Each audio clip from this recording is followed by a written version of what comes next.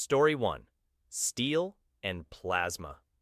As my battalion marched onto the craggy surface of the asteroid, I looked around with satisfaction. This floating chunk of rock was the perfect place to set up a mining operation and harvest galaxium ore, the rare mineral we needed to upgrade our fleet's plasma cannons. According to our intel, this asteroid was uninhabited, light years away from the nearest space lane or inhabited system, which made it ripe for the taking by our Ilshara Empire, always hungry for resources to fuel our expansion. My second-in-command, Sklar, walked up to me, his heavy boots kicking up plumes of gray asteroid dust. "No life forms detected, Commander T'Challa. Their intel was good for once. We can start mining ops immediately." I nodded, the smile evident on my face, even through my breathing mask. "Excellent. Get our mechanized excavators deployed at once. I want—" A sudden boom cut me off, echoes ringing across the pockmarked landscape. I whirled, hand dropping to my sidearm. Had someone followed us? But no shapes appeared in the black sky above. Then a different sound, the crunch of metal being wrenched and torn apart. Over the rise, one of our excavators rose into the air, its front half now a mangled mess of steel.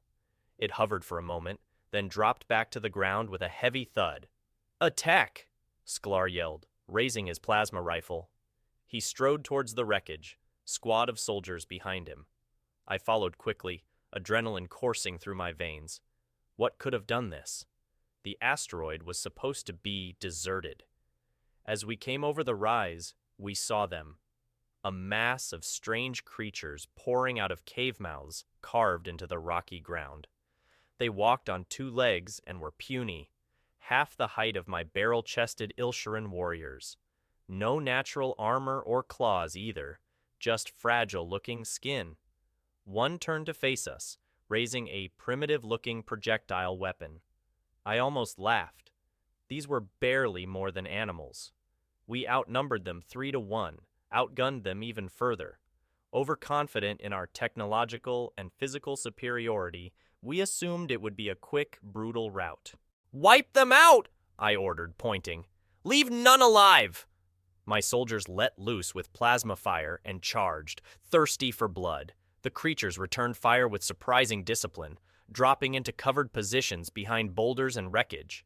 Several of my warriors were hit. The projectiles punched smoking holes right through their light armor. I ducked behind cover, grunting in surprise.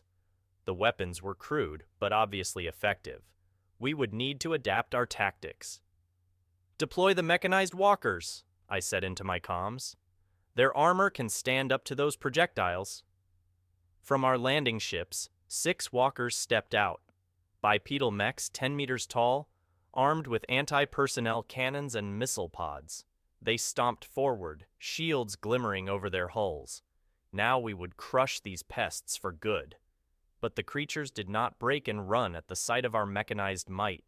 They stood firm, some kind of squat-wheeled vehicles arriving to support them. One fired a straight-flying missile that streaked right through a walker's shields to blow off its leg in a blaze of fire. As it toppled, I slammed my fist into my thigh. This made no sense. These vermin had no right to put up such a devastating defense. But the implication was chilling. This asteroid was not as deserted as our intel suggested.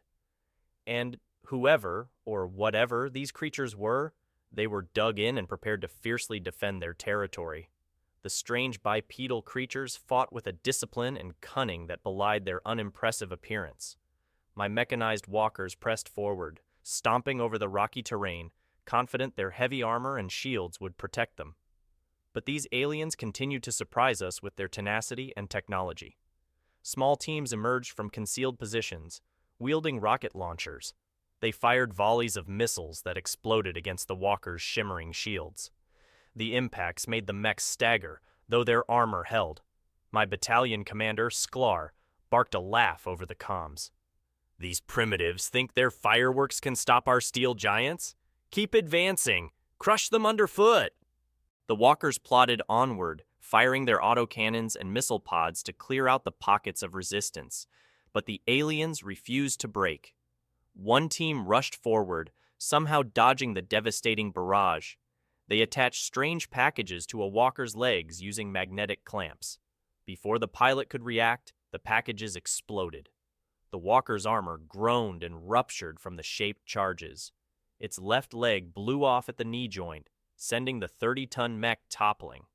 The aliens cheered, their cries audible over my helmet comms. I clenched my fists. Enough of this. Deploy my personal guard and wipe these vermin out.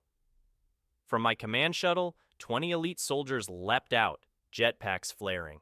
They wore heavy armor that could withstand the aliens' rockets and wielded rapid-firing plasma carbines. I grinned, safe behind the lines, as my faithful guards descended on the enemy position. But the aliens had yet more tricks. Several wheeled vehicles grouped together, projecting shimmering energy fields. My guards' plasma bolts spattered harmlessly off the invisible barriers. Then panels slid open on the vehicles, revealing tubes that fired arcing blue beams. Those energized plasma shots ripped through my guards' armor like tissue paper, leaving smoking, charred holes. In seconds, 18 of my 20 elite troopers were dead. I stood in the shuttle door, mouth agape. These aliens had some kind of death ray technology. It was impossible. Sklar's voice rasped urgently in my earpiece. Commander! Our mechanized walkers are taking heavy damage! These aliens are too well dug in and supplied! We do not have the advantage of numbers, we thought. I looked around the rocky battlefield, littered with the burning wreckage of our once mighty machines. The remaining walkers limped on smoking stumps of melted actuators, riddled with holes. My greatest warriors lay dead and dying around shattered boulders, but the aliens had taken losses too. Their mysterious wheeled vehicles were reduced to slag. Dozens of their fragile soldiers lay crumpled, leaking dark blood. Surely if we rallied all our might, we could still crush them. Pull our forces back to the landing zone to regroup, I ordered Sklar through gritted teeth. The words tasted like ashes in my mouth. In all my campaigns, never had I been forced to retreat on an open battlefield. We will call for reinforcements from high command. Our invasion fleet will obliterate these pests from orbit. Humiliation burned in my gut as our ships lifted off, fleeing from an enemy we still knew almost nothing about. But two surprising truths were clear. This asteroid was not as uninhabited as our intel suggested, and whoever these bipedal aliens were, they had the technology and the will to fiercely defend their home. Back at our staging base, I strode through the ranks of my demoralized soldiers. The wounded filled our medbays, while mechanics desperately worked to repair our battered mechanized walkers. The successful invasion I had anticipated was now in shambles. Sklar approached, his face grim. The reserves from our fleet are on their way, he reported, but it will take them 2 solar cycles to arrive in system. I clenched my jaw. Then we must hold out here until reinforcements arrive. Establish a defensive perimeter around the base. No sooner had I finished speaking when alarms blared across the camp. I rushed to the command center, my heart's pounding. Had the aliens already counterattacked? But the display screens showed something emerging from hyperspace at the system's edge, a fleet of unknown design. My brow furrowed. Were these allies of the aliens we fought on the planet? Commander, we are being contacted over an open channel, my comms officer yelled over the alarms. Put it through, I replied. The main view screen flickered, displaying the face of one of the pale bipedal creatures. It was the first time I had seen one up close. Flat white skin, no nose or tusks, tiny mouth, patches of hair atop its head. Strange, but I sensed intelligence behind its small, dark eyes. I am Captain Smith of the United Earth Federation, it said, its translator converting the alien tongue into my language. This system and everything in it belong to humanity. Withdraw your invasion fleet immediately or be destroyed. I stood stunned for a moment. This was their commander contacting us directly? I had blithely assumed these life forms were primitive, but they had a star fleet and knew how to negotiate. Sklar responded before I could stop him. You are in no position to make threats, alien, he blustered. Our reinforcements will be here swiftly. If you leave now, we will be merciful and spare your world. I winced. Fool! We knew nothing about their full capabilities. but it was too late. The alien captain's eyes narrowed. "You were warned. Now face the consequences." The connection terminated. Moments later, alarms blared anew as their fleet accelerated toward our position, scores of sleek vessels bristling with gun ports and launch bays along their flanks. And the size. Their capital ships were easily 12 kilometers long. Frantically, I ordered our depleted fleet into defensive formations. Our largest destroyer was barely 2 kilometers. We began charging weapons, expecting a frontal assault. But the enemy did not approach within plasma cannon range. Instead, thousands of small contacts appeared on our scopes, some sort of remote drones or AI-guided bombs. They swarmed our ships by the hundreds, impacting with nuclear fury. Our shields flared brilliantly from the endless bombardment. 2 frigates took too many hits, their reactors overloading and consuming them in white-hot plumes of vapor. "Commander!" Sklar yelled. "At this rate, our shields will fail within minutes." I watched the battle display in despair. Our vaunted fleet was being decimated by an enemy who did not even need to approach us directly. These aliens, these humans, had a military might that we sorely underestimated. "Signal all ships to withdraw from the combat zone," I said bitterly. "We have lost this battle." The ragged remnants of my invasion fleet limped back to our staging base on the asteroid's surface. Barely a third of our ships had survived the humans' onslaught. The massive drones had overwhelmed our defenses through sheer numbers, like angry insect swarms. Never had we encountered such technology. In the command center, my second Sklar slammed his fist down in frustration. How can we defeat an enemy who refuses to engage us ship to ship? I shook my head grimly.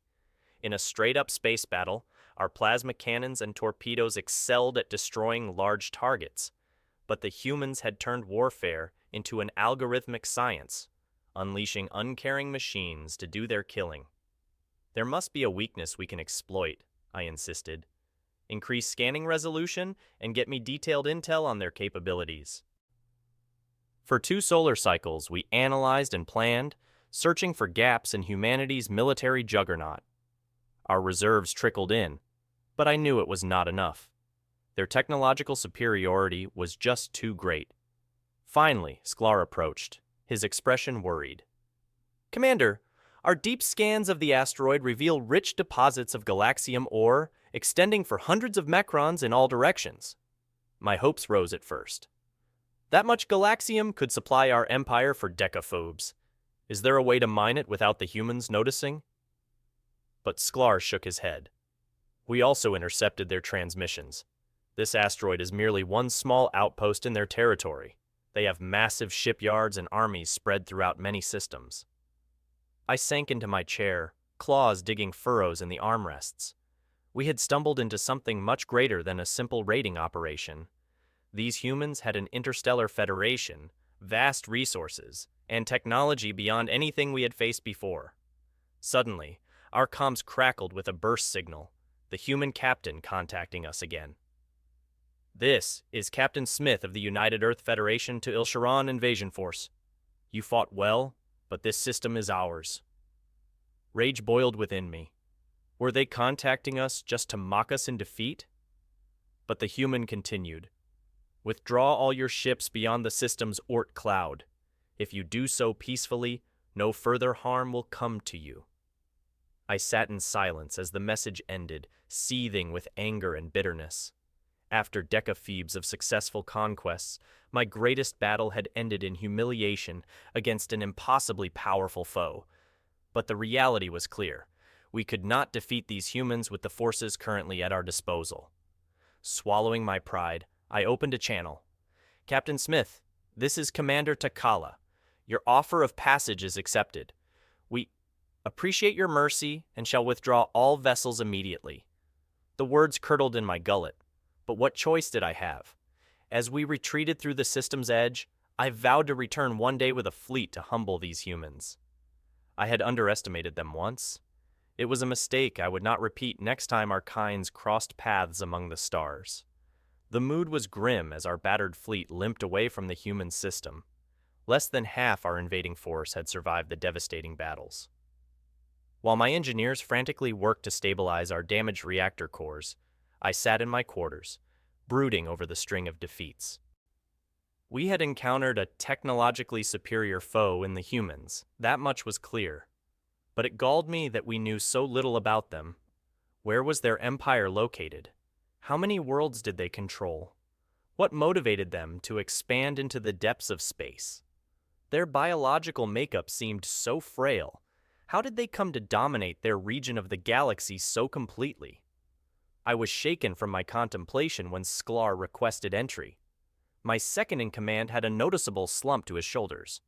"Commander, we are clear of the system's Oort cloud, as the human captain instructed. What are your orders?" What orders indeed? It was obvious we could not hold this region of space. "Set a course back to Ilshara," I said after a moment's consideration. "We must make a full report to the Imperial Command Council." Sklar's eyes widened in surprise. "Will they not see us as failures for retreating?"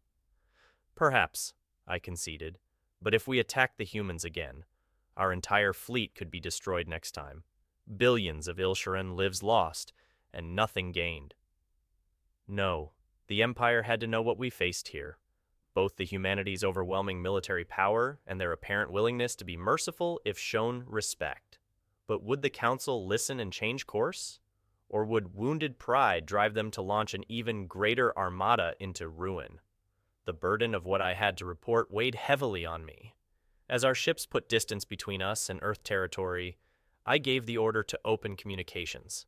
There was one last gesture I wanted to make, for both tactical and ethical reasons. The human captain appeared on my screen again, looking curious. "Commander T'Challa, to what do I owe the pleasure?" There was no mockery or malice in his tone. I cleared my throat awkwardly. "Captain Smith, you prevailed over us in combat, but treated us honorably. I wanted to say, your people have my genuine respect, and to offer safe passage if any human vessels require it through Ilsharan space." Smith looked surprised, then gave a slow nod. "Your offer is appreciated. Our kinds have much to learn from each other." The channel closed, and I sat back, feeling an odd peace. In my long career, I had never reached out to an enemy in this way. But as we traveled home, I knew from painful experience that peace was the only path forward with the humans. If we sought only war, we would find only ruin among the stars.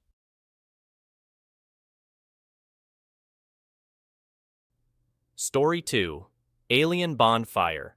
Jax, Mira, and Coda sat around the worn table in Coda's ship cabin, taking a break from their travels to enjoy some drinks and games. Coda was an infamous smuggler known for outrunning the authorities across multiple star systems. To his friends Jax and Mira, he was still just Coda, master of tall tales and card tricks. "Come on, Coda, tell us about one of your close calls again," said Jax as he shuffled the deck of cards. "It's way more interesting than just waiting around for our next stop." Coda leaned back in his chair and put his feet up on the table. "Which one? I've got more stories than there are stars in the sky." "Ooh, how about the one where you escaped from the Valian prison colony?" said Mira eagerly. "That's always my favorite." "Bah, you've heard that one a dozen times," said Coda dismissively. "No, I'll tell you about my narrowest escape ever. The heist of the crown jewels of Tarkon IV. Jax and Mira exchanged excited glances. Coda loved embellishing his stories, but they knew this one was based on truth. Coda took a long swig of his drink. "So here's how it went down. I get a tip from one of my contacts about a weak spot in the Royal Palace security system.